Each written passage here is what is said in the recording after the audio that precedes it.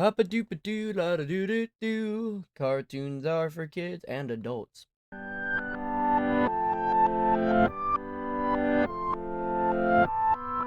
Good morning, everyone. Hello, everyone. Whatever it is, everyone. My name's Stonsey Boy, and welcome back to Reading with Stonsey. Today, we are reading pages 165 and 187, chapters 28 29 of WIllodeen, which is fine. 22 pages, sure, but this book's pretty short. So, as such, these should be pretty short episodes, as you've been seeing. We have a very interesting dog breed to talk about today. But first, we gotta read. So, without further ado, with only one break in between, let's read. Part 4. The screechers awaken in her nest. Is that what it is? It listens out of the night world. The nest is hard, flat sides, and smells of trees. And on top, open top, she is wrapped in warmth that makes her heart slow, her breathing calm. How full she is, how good it is to finally eat what her body seems to know it needs. She has been two kinds of animals thus far in her short life. One is fur-covered and winged. He perches close and watching her with wide eyes. He is different in many ways, but he's more like her than the other animals she has met. They are tall and clumsy in their movements, and they're making strange noises, sweet highs and gruff lows and long exhaustions. Whatever they are, they haven't hurt her.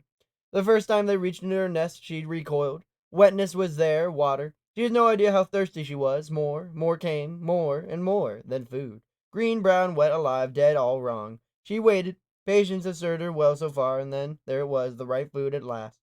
She had to keep waiting. She may survive. If she survives it, she may learn how to be whatever she meant to be. Being alive takes all the energy she can muster, but it seems to be full of possibilities. She will take her time, she will hope, and she will rely on others, and on these strange animals who study her so carefully. There was no other choice. Nearby the red-furred animal, the hood bringer, is sleeping. On her pillow is a small flying beast. She opens her one eye, and he lets off a soft trill. The screecher returns his gaze. He replies with a sound new to her, a grumbly purr. The flying beast goes back to sleep. Moonlight pours in and pools in the nest. Night is when another kind of sound happens, but she's not ready for that. Not yet. Chapter 28. Connor and I spent the next morning trying to unearth more peacock's nails. She brought the knife he used for cutting reeds, and I borrowed a trowel from May and Bertie's garden. After 2 hours, 3 cuts, and several scraped knuckles, the endless holes, we had only 8 snails to show for our efforts. It looks so easy when the screechers do it, I said, stretching my weary arms. No matter where we dig, it ends up being the wrong place. Wait a minute, Connor exclaimed. His smile got lopsided when he was excited. Maybe that's the answer. What if we let Quimby do the digging? The very thought made me panic. But if she runs off, what if the hunter sees her? I have an idea, Connor said. Give me an hour. By noon, we were back at the cottage, with a strange contraption Connor had created out of reeds and willow branches. As soon as we entered, Duzu fluttered over to Connor's shoulder. Quimby poked her head over the side of her crate, her snout quivering. Well, what do we have here? May asked, looking at her never-ending knitting. It's a harness, I said, for Quimby. At least we hope it is. I placed Quimby's peacock's nails on a plate, and she ate them in a flash. She sent me a hopeful look. Sorry, girl, I said. That's all we could find. We're going to let Quimby do her own hunting, Connor explained. I like your thinking, said May. First, we have to get Quimby into a harness. Without a tall order, her claws were already longer and sharper.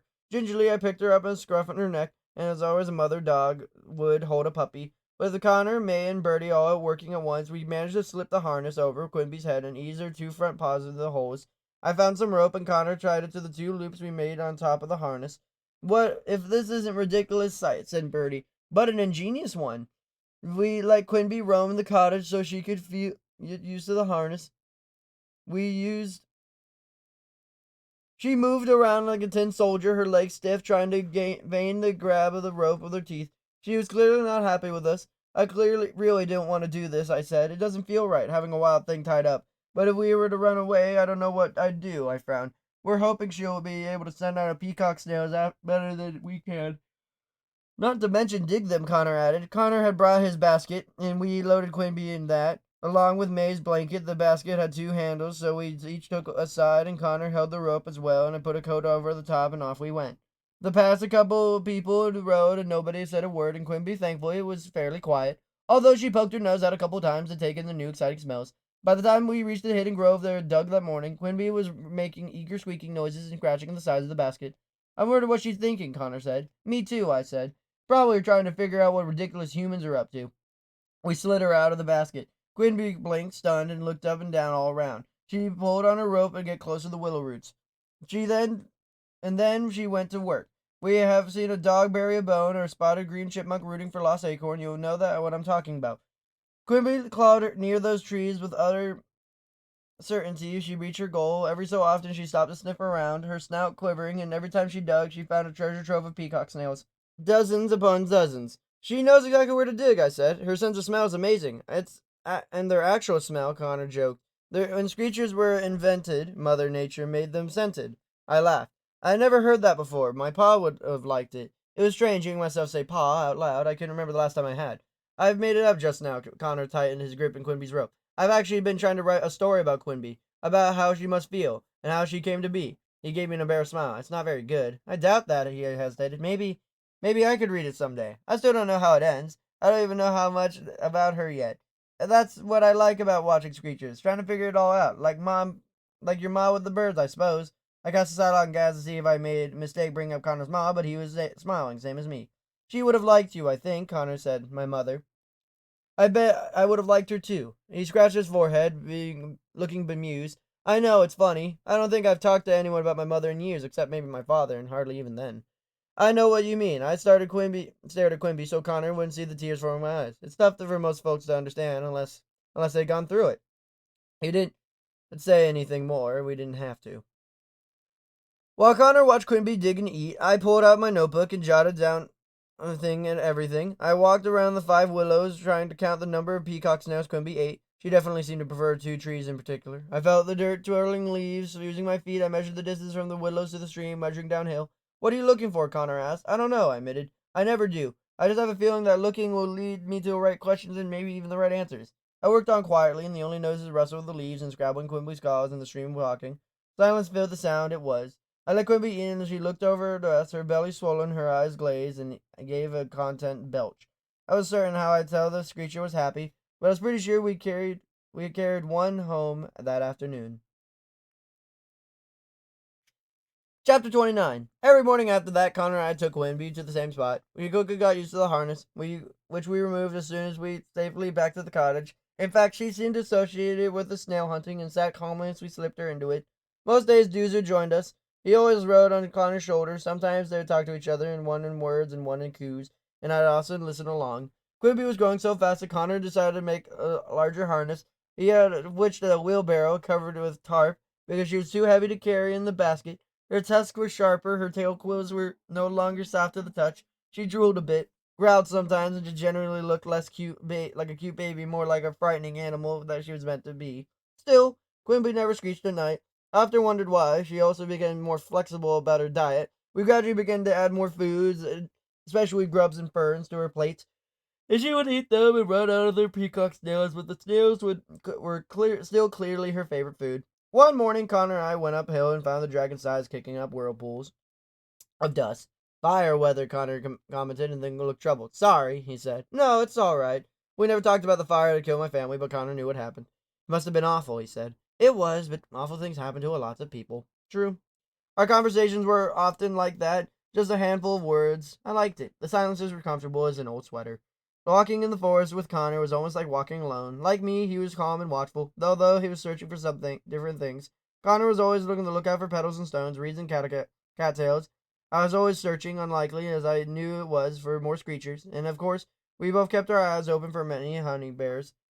At the time we reached the hidden grove, Quimby was lurking hard to escape the wheelbarrow. As soon as we let her out, she dashed at a blue willow, nearly toppling me in her hurry. Doozer was always sat on Connor's shoulder, peeing himself. When we began cooing loudly and persistently, even Quimby turned to see what the commotion was about. I decided Doozer makes 3 distinct noises, said Connor. One for yes, one for no, and one for maybe. Which one is that? I asked Connor. Oh, that's yes for sure, he said. That's a very noisy yes. Calm down, Doozer, I chided. But his coos only grew more spirited. He craned his neck, and I followed his upward gaze. There, settled in the luminous bubbled nest, were 3 hummingbirds. Connor, I whispered, pointing. Look! He gasped. I can't believe it. They're the first ones I've seen in ages, made a noise. Well, except for you, of course. Poor Doozu, I said. I wish you could join them. It's not fair. Lots of things aren't fair, Connor said, and I wonder what they're thinking about his ma, or maybe even about my family. We stared at the nest, reflecting the sun, each one a little miracle. The hummingbirds murmured like the other one, like doves. But Why are they here? I asked. We haven't seen any in Riverfront. Why are they always used to migrate? There aren't any in those new groves they planted either. One of the hummingbirds chewed a willow leaf, and after a few minutes he blew a glistening, perfectly round bubble about the size of my palm. Playfully he added it to the top layer of his nest. It's amazing the way bubbles stick to each other, said Connor. And to the tree, I added, but not a hummingbird fur. It must be something about the leaf sap. I wish I understood it. I'd love to make my puzzler pieces hold together like that. The bubbles are strong too, I said. I found one on the ground once and I tried to pop it. I couldn't do it. Does Duzu ever make bubbles? He used to, I said. He doesn't bother much anymore. I guess my pillow is just a nest now. Reached over to stroke Duzu's head. I sure wish I knew why they've chosen this spot. Maybe it's because it's so secluded, Connor suggested. Could that be that hummingbears don't like crowds any more than you do? I smiled. But in years past, crowds didn't bother them, and they don't seem to mind that we're here, with a screecher no less. I chewed on a thumbnail, considering. We brought Duzu a few times. I suppose the scent might have attracted him. We waited until Quimpy had eaten her fill of snails and we headed back to the cottage. Duzu, still on Connor's shoulder, chomped on a willow leaf as we walked. We were halfway down the hill when Quimpy dozing halfway in a wheelbarrow when I heard noises in the trees to my right. I caught a glint of a rifle barrel. 3 men crashed through the brush. One of them was Oten Boren, carrying his bow and a quiver, arrows at the ready. We froze. Well, if it ain't the Screecher girl, said Oatwell. He sauntered over, blocking her path forward. What's in the barrel? I slightly begged Quimby to stay still. Smells like something ripe, said his friend with a shotgun. Could be a Screecher, said the other. A swallow passed a lump in my throat. About an inch of Quimby's tail was poking out of the tarp. Well, as you know, I always smell like a Screecher, I said, as casual as I could. Connor took a step forward. Actually, it's manure, he said. We got plenty more than we need. Want some? Dung and Screechers? Otwell's lip curled. Perfect company for you, girl. He packed up a couple paces and took the opportunity to swerve the barrel past the 3 men. You still owe me an arrow, Outwell called, but we were already rushing down the hill. That was close. Next time we might not be so lucky, Connor said as we neared the cottage. We can't do this forever, WIllodeen. I know, I said, panting. I keep thinking we'll figure everything out. We rode the barrel to the back of the cottage and let Quimby leap out. My father's going to be thrilled to hear about the hummingbears, Connor said. And if more show up, maybe the fair will actually happen after all. Connor, I said, do you think maybe can we just wait a day or two before we say anything about the hummingbirds? Why? Everyone will be so relieved.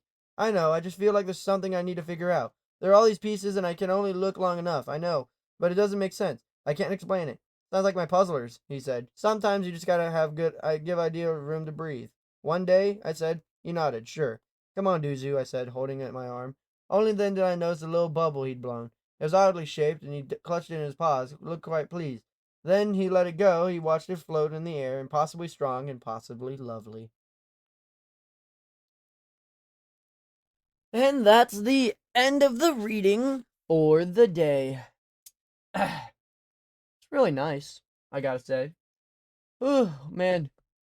It's actually kind of a long reading today. Only makes sense too. It's 22 minutes. Well, and I say long, but I more mean longer than usual. You know what I mean? But that's okay. Like I said, these videos are still shorter than the average, so it's nice to have a short book. I should really plan more short books, like throughout my recordings, because that would probably be better for my psyche. I don't know. What I do know is today we read pages 167 to 187. It's still weird to say 100.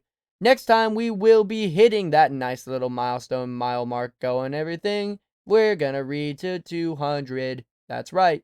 Though that zero's kind of put in the corner. Whatever.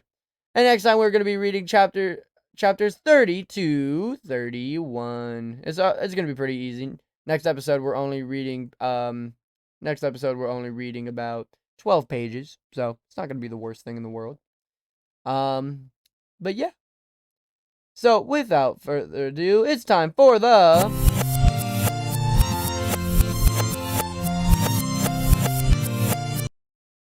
Black and Tan Coonhound.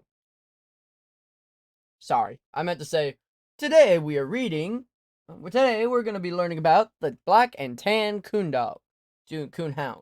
Coon something. Where did oh, here it is. Sorry, I accidentally opened the wrong page. But yeah, today we're learning about the Black and Tan Coonhound. Now, this dog looks a lot like a Rottweiler. Just, a little skinnier. Like a skinny Rottweiler, but like with Basset Hound ears. Just like my baby boy Roscoe. What I'm saying is this dog's an imposter, a freak, and a little bit weird.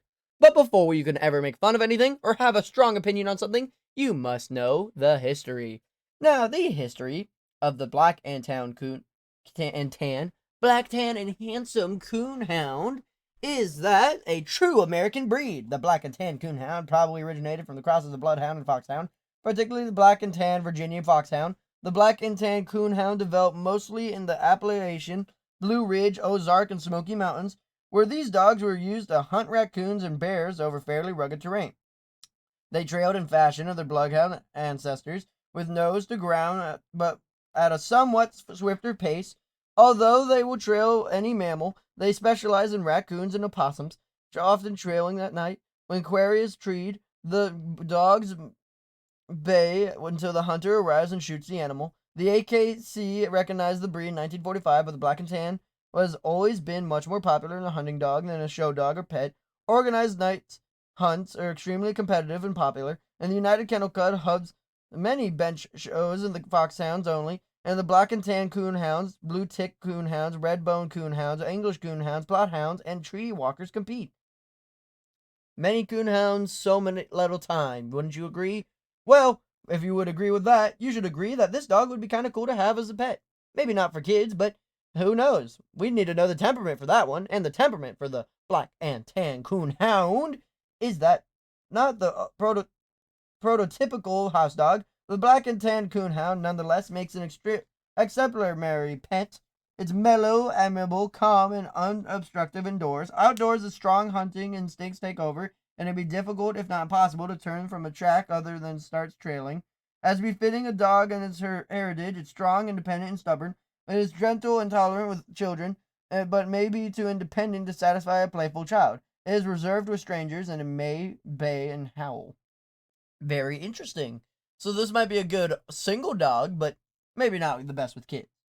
The upkeep of this dog, for any of those loners out there, shout outs to you, for I am the same, is that the Black and Tan is a dog that can run for miles. Although it is usually content with moderate jog and long walk, it is occasionally exertion in the field and can wander if it catches a scent into a safe area and a mandatory. His coat needs only occasional brushing. Most coonhounds drool for some extent, and the face may need regular wiping. The ears could also be checked regularly. Ooh. Well, next is... Wait a minute, am I missing a section? Temperament, upkeep, health, foreign function. No, it's just usually that's a lot more longer. My apologies. Next, if you are a child, cover your ears. Teenager or adult, get your notebook. For the health concerns for the Black and Tan Coonhound.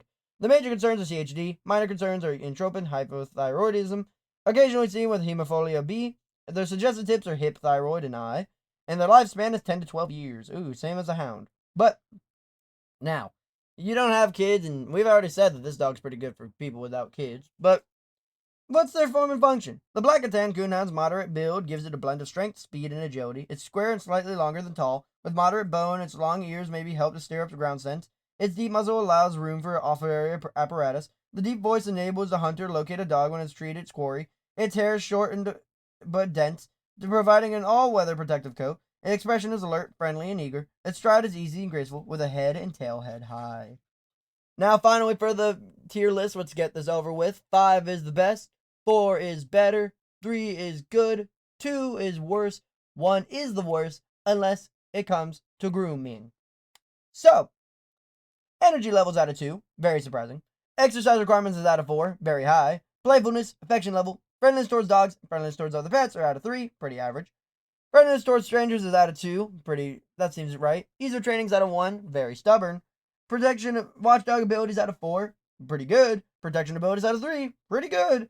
Grooming requirements is out of 1, pretty good actually. Cold and heat tolerance are out of 3.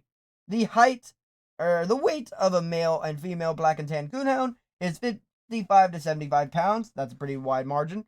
And the weight for a male is 25 to 27 inches, and for a female, it's 23 to 25 inches. That was a pretty interesting dog to learn about. Oh my goodness, the next breed of dog we're going to be learning about is the one we're going to be learning about in the next episode. So, yeah, Hope you guys have a super fantastic, wonderful day. Be polite, be efficient. Make sure to like, comment, and subscribe. I hope you guys are enjoying WIllodeen as much as I. And I'll see you guys next time. Bye-bye.